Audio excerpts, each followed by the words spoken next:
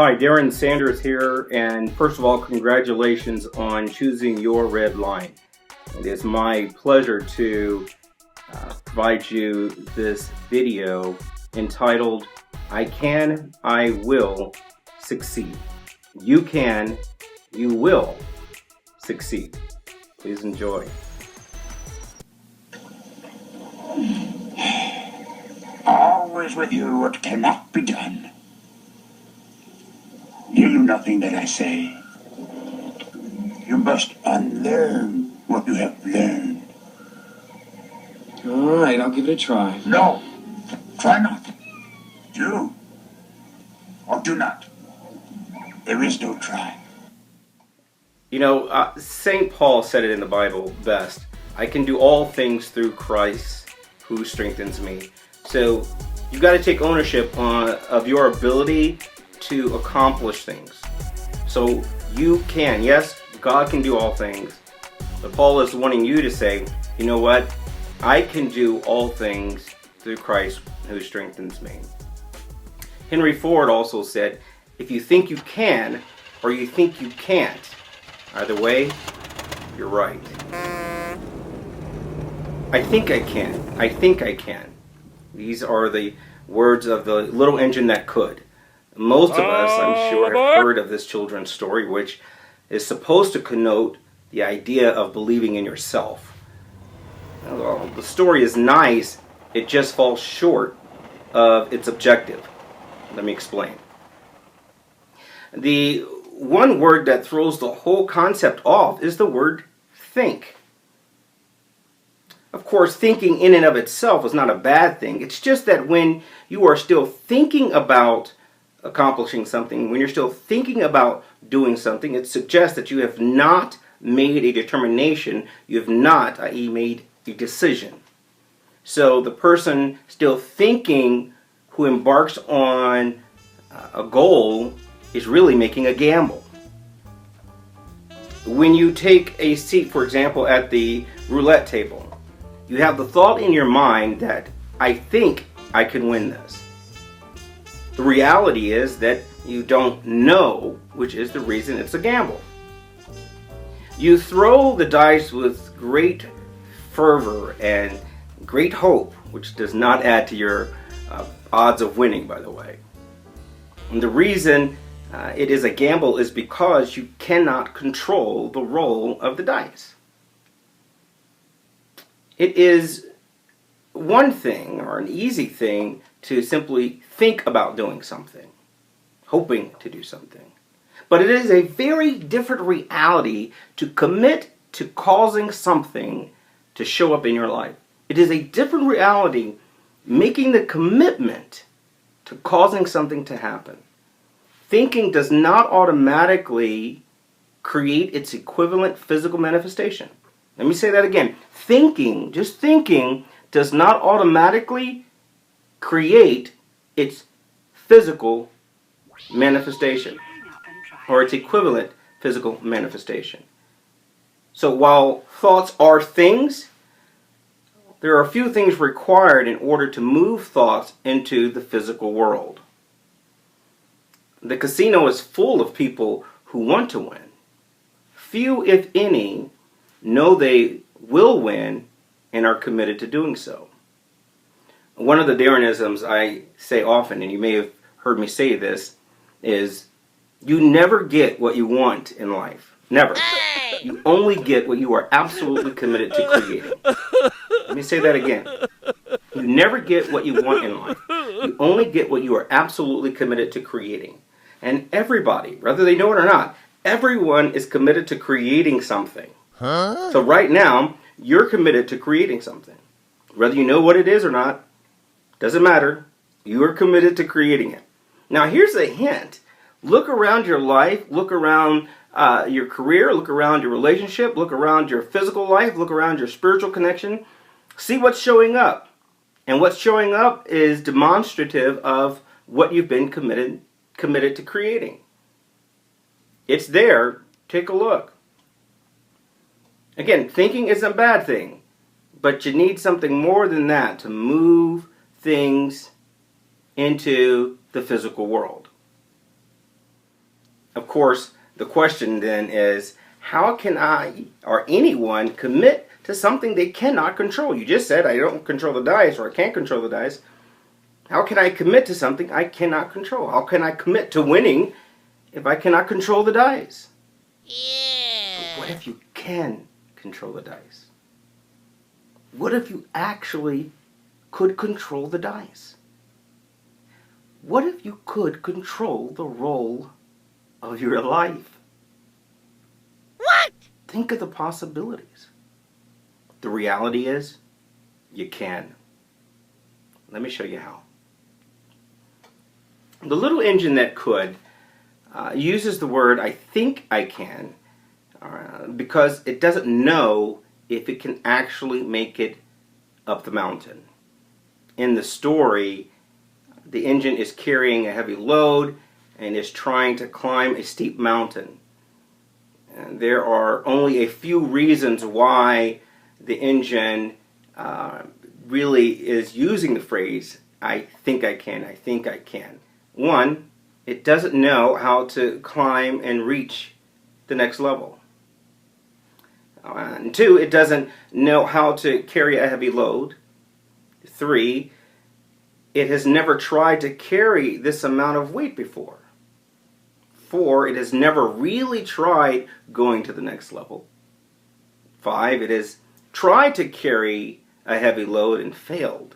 Oh no. 6, it has tried going to the next level and fell back. Oops. And 7, it has tried going to the next level while carrying a heavy load. It was not successful. And finally, 8, it's never seen anyone else do it before. So these are the 8 possible reasons the little engine uses the phrase, "I think I can." All of these quote-unquote reasons are really excuses brought on by fear, particularly the fear of failure. The only reason there can be a fear of failure is when there is a degree of uncertainty, i.e. The gamble. So if there is a degree of uncertainty of your success, you're taking a gamble. So thus fear. I'm going to lose the money. But what if failure was an illusion? So if failure was an illusion and success was absolutely guaranteed because you controlled the dice, all of these excuses, all 8 of them, would be eliminated. All of them. When you start an endeavor with the notion that you only think you can do something, you are leaving a slither of doubt that you will. And as long as there is a slither of doubt that something can happen, you are creating the possibility of that reality not happening.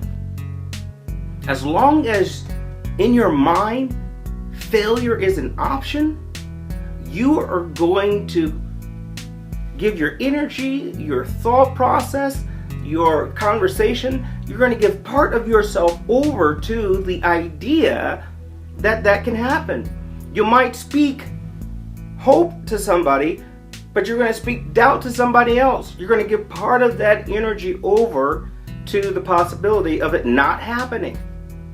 The reality is that you cannot fully believe in opposing realities. You can't believe it will happen and it won't happen at the same time. You can't believe it will happen and it won't happen at the same time. You can't believe that you will have a great relationship and you won't have a great relationship at the same time. You cannot believe that you will start a business and you won't start a business at the same time. You might be able to believe in these different realities at different times. You cannot believe in these realities at the same time. They're opposing realities. All right. So in other words, you cannot believe in the idea that the opposing realities can exist in the same space and at the exact same time.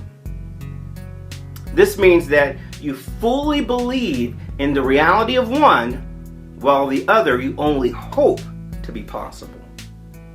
Hoping and believing are not the same thing, and they do not produce the same result. Hoping and believing are not the same thing, and they don't produce the same result. The Bible says that we hope for that which we cannot see. So we hope for things that we cannot see, right? Faith, the Bible says, is connected to substance, things we can see. All right, so it's the substance of things hoped for and the evidence, for those of you who read the Bible, the evidence of things not seen. So then the difference is that hope is connected to non-evidence, and in which case hope never fails. Hope will always yield non-evidence. Faith, on the other hand, is always connected to substance and evidence. I think I can and hope are similar in nature in that they are both connected to non-evidence. When you have nothing else, hope can be a good thing. Please don't misunderstand me. I know personally that hope can be a good thing when you're left with nothing else. There are times when all you have left is hope. I understand that. I know from experience that hope can be a very good thing in a really dark place. It can be a very good place of comfort when all else fails and you see no light at the end of the tunnel. As long as you are in the dark tunnel, hope is necessary. But at some point, you're going to want substance beyond hope. That substance is acquired through determination. The Bible says, faith without works is dead. Faith without works is dead. My definition of faith is the combination and anticipation. Let me say that again. The combination of anticipation and participation. So it's the combination of anticipation and participation. Real faith is when you are participating in that which you are anticipating. So if you are not anticipating something, you don't have faith. If you are not participating in the new reality, you are not demonstrating the kind of faith that produces the abundant life your hopes and dreams are driving you for, or driving you towards. You gotta have both. You gotta anticipate something, and you have to participate. Life is not a gamble. Here's the secret. Life is not a gamble. You have been and will be in control of the dice forever. You have always been and will continue to be in control of your dice. There is no coincidence in where the dice fall. They fall exactly where you decided that they would fall. They may not have fallen where you wanted them to fall, but they have landed in the place you have been committed. They have landed squarely on your beliefs. The landing strip you are committed to is the one in which you believe in the most. The dice are landing squarely on your belief and your perception of life. That's where your dice are landing. To change the roll of the dice, you must change your table of belief. I better say that one again. To change the roll of the dice, you must change your table of belief. First, you must remove the 8 excuses I mentioned earlier. Second, take on the belief that just because you have not done something before does not indicate that you can't do it. Take on the belief that that just because you messed up doesn't mean you can't get up. You can also take on the belief that the reason you have not seen anyone else do it is because You were meant to be the first one to accomplish it. Imagine living your life free to fulfill your purpose, free to fulfill your passion, free to stir up the gift that God's placed within you and share it with the world, starting with yourself and your family. Anything is possible. It really is. It will take people who can and will say to themselves, I can and I will succeed. Like the Wright brothers. They crashed many times. They had to say to themselves, we can do this. In fact, it was noted that one Wright brother, when they would crash, would say to the other Wright brother, that's okay, brother. I see that flying machine flying smoothly in the air. I can see it in my mind. I will succeed. This statement leaves no room for thinking. It is all about the doing and the being. The statement fulfills my definition of faith. I can is the anticipation of your ability, and I will is the participation, and success is the result. Success will always be the result when you give no room for failure. This is not to say that there is no thinking involved, right? Because you have to think and prepare before you embark. That's the smart thing to do. Success requires that you think through what you are committed to creating in your life. The thinking is about assessing your resources. So let me say that again. The thinking is about assessing your resources, clarifying the results you're committed to creating. The thinking stage is also the stage when you get everything in alignment, like people, places, things that will be involved in the process. Knowing something does not require prior experience. Knowing something does not require prior experience. Knowing something does not require prior accomplishment. Knowing something does not require consent from others. Knowing requires an unbridled commitment and alignment to its reality. To know something requires believing in its reality, so much so that for you it already exists. If you can get yourself to believe in something so much so that you can see it, you can hear it, you can smell it, you can taste it, if you can get there, my friend, you can do it. You can be it. It is possible, as long as you believe. This requires you to believe in something so much so that it is as real as you are. That means that if you exist, it exists. It means that if it does not exist, you don't exist. Descartes, the philosopher, said, I think, therefore I am. The Bible says, as a man thinks in his heart, so is he. The word heart here is the essence of the man. So then, how does this occur? Well, I'm out of time for now. But if you want to hear how I did it, email me.